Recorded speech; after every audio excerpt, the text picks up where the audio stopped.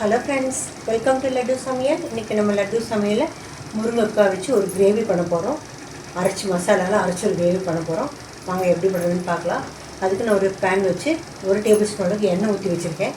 எண்ணெய் சூடானதும் அதில் 1 டீஸ்பூன் ஜீரகம், 1 டீஸ்பூன் சோம்பு, 1 டீஸ்பூன் கசகசா, ஒரு சின்ன துண்டு பட்டை, 4 கிராம்பு, 2 டீஸ்பூன் மல்லி, வரமல்லி இதெல்லாம் வதக்கிக்கலாம்.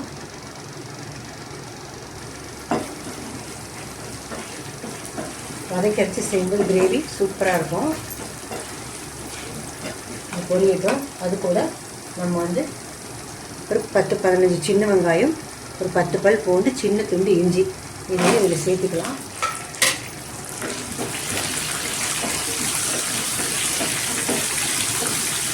அது கூட ஒரு 2 டேபிள் ஸ்பூன் அளவுக்கு வேர்க்கடலை வறுத்தது பச்சை எது வேணால் சேர்த்துக்கோங்க.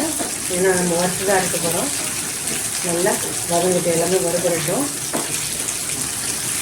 வெங்காயம் கொஞ்சம் நேரம் வதங்குங்க. 2 தக்காளி பழம் பெரிய பீஸு நீங்கள் மீன் எடுத்துக்கணும். இதையும் போட்டு இன்னும் நல்லா வதக்கிக்கலாம்.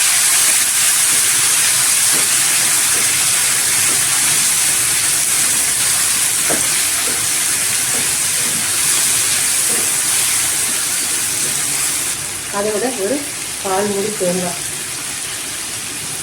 கட் பண்ணி வச்சுருக்கிறேன். அதையும் சேர்த்து எல்லாத்தையும் நல்லா வதக்கிக்கலாம்.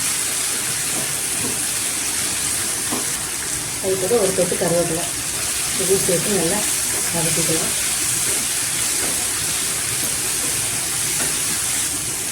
எல்லாமே நல்லா வதங்கி வச்சு இதை ஆற வச்சு நம்ம அரைச்சிக்கலாம். மிக்ஸியில் நைஸாக அதுக்கு ஆஃப் பண்ணிக்கலாம்.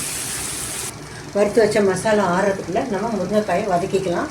அதுக்கு நான் ஒரு கடாய் வச்சு 2 டேபிள் ஸ்பூன் அளவுக்கு நல்லெண்ணெய் ஊற்றி வச்சுருக்கேன். எண்ணெய் சூடாகட்டும். சூடானா அதில் ஒரு 1/2 டீஸ்பூன் அளவுக்கு கடுகு பருப்பு கலந்தது, ஒரு 1/4 டீஸ்பூன் வெந்தயம் பொரியட்டும். கடுகு பொரிஞ்சது அதில் கொஞ்சமாக கருவேப்பிலை சேர்த்துக்கலாம். ஒரு பெரிய வெங்காயம் கட் பண்ணி வச்சு சேர்த்துக்கலாம்.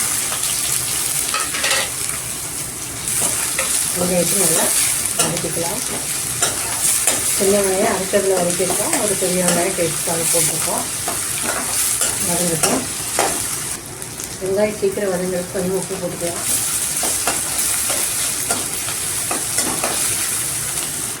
வெங்காயம் நல்லா வதங்கிடுச்சு. நான் ஒரு 3 முருங்கைக்காவை கட் பண்ணி எடுத்து வச்சுருக்கேன். அதே இதில் சேர்த்து கலந்துக்கலாம். முருங்கைக்காவே இந்த கலர் தான். டேஸ்ட் நல்லாயிருக்கு. எண்ணெய் ஊற்றி கொடுத்தாங்க. இதை நல்லா வதக்கிக்கலாம். ஒரு 1/2 டீஸ்பூன் மஞ்சள்தூள் சேர்த்துக்கலாம். சேர்த்துட்டு நல்லா வதக்கிக்கலாம்.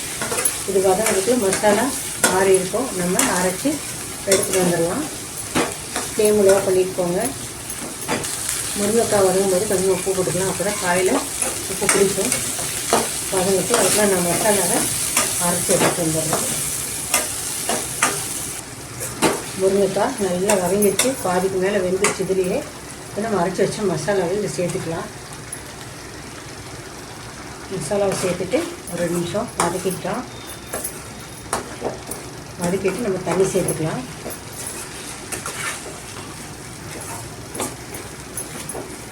கறிக்குழம்பு டேஸ்ட்லேயே இருக்கும். இந்த குழம்பு சூப்பராக இருக்கும்.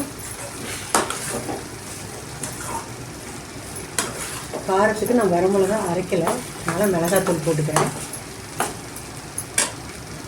வறுத்து அரைக்கும் போதே மிளகாய் போட்டு கூட அரைச்சிக்கலாம். நான் அது போடலை, அதனால் 1 டேபிள் ஸ்பூன் மிளகாத்தூள், 1 டீஸ்பூன் காஷ்மீர் மிளகாத்தூள் போட்டுக்கேன் கலருக்காக. நல்லா மிக்ஸ் பண்ணிக்கலாம்.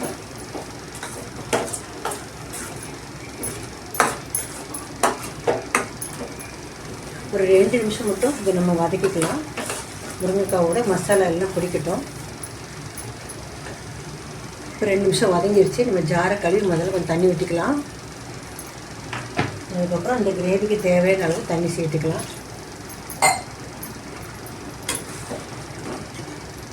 கிரேவிக்கு தேவையான உப்பு போட்டுக்கலாம்.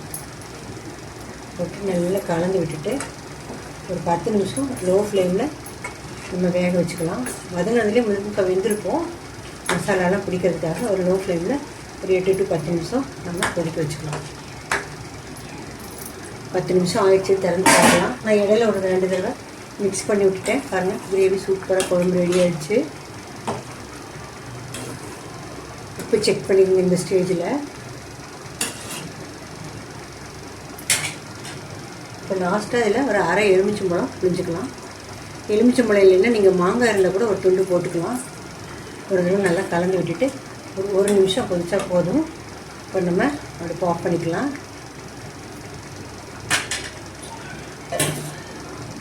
அவ்வளோதான். லாஸ்ட்டாக இதில் கொஞ்சமாக மல்லி இலை தூவிக்கலாம். தூவி இறக்கிட்டோம்னா நம்முடைய சூப்பரான மசாலா அரைச்சி விட்ட முருங்கைக்காய் கிரேவி சூப்பராக ரெடி ஆகிடுச்சு. இன்னும் கொஞ்சம் திக்காக வேணால் நீங்கள் கொதிக்க வச்சுக்கோங்க. இதே திக்காக தான் இருக்குது. அதுதான் இட்லி தோசைக்கும் சாப்பிட்லாம், சாதத்தோடையும் சாப்பிட்லாம். அது ஆறோன்னே இதுவே என்ன திக்னஸ் வந்துடும். அவ்வளோதான், சூப்பரான முருங்கைக்காய் கிரேவி ரெடி ஆகிடுச்சு. நீங்களும் இதே மாதிரி செஞ்சு பாருங்கள். பிடிச்சிருந்தால் லைக் பண்ணுங்கள், ஷேர் பண்ணுங்கள், கமெண்ட் பண்ணுங்கள். என்னோடய சேனலை சப்ஸ்கிரைப் பண்ணுங்கள். மறக்காமல் பெல் ஐக்கானை கிளிக் பண்ணுங்கள். தேங்க்ஸ் ஃபார் வாட்சிங்.